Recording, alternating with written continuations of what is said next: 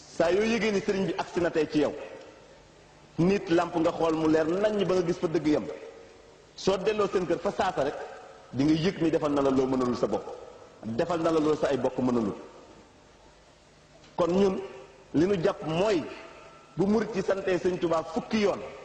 ñun war nañ ko sant juróom fukki junni yoon. kon dañ leen a woo fii tey ku yaakaar ne dañ koo woo ngir mu dimbale ñu ci màggaluk Tuubaa ñoo ngi koy xamal ne ko jéggal nañ ko. ku yaakaar ne dañ laa woo ngir nga jàppale ñu ci màggaluk sëñ Tuubaa gii jéggal nañ la. bay wéy na mbuus gone yi dem nañ lépp mën nañ ko. bu dee borom société bu la fekkoon nga doon sponsorisé yeneen xew-xew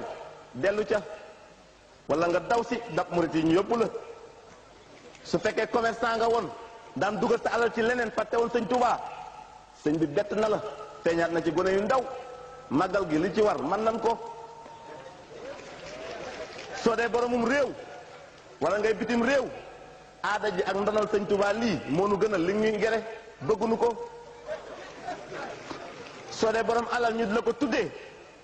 jàppal ni yaay jàppe nañ la ki nga xam ne yaa gën a néew la ci àdduna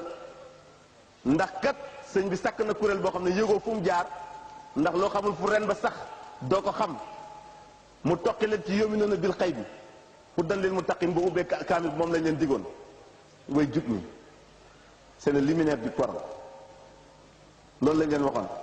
waaye ñoo leen raw fop ñoo leen dàqale fop ndax uddan lil muttaqin ndax ngir lan yómi noonu bil xay bi yaqin ja yeex sonn nañ ca lool noonu nag dañ ko ñëpp muy sëñ Tuubaa. kon sëñ Tuubaa su waxee ne xafis suma sinan anit defatiri la ca topp di falaa takku naan xidmati bi fatiri suñ ko yaakaaree ci suñu moroomu nawle duñuy gor barke Ahmadul Bamba barke Xaadimu Rasuul parce que bis penc ku fi dikk yaakaar ne yaakaar nañ la ci bisam bii yal na la yàlla dimbali yàgg li nga yor jëmal foo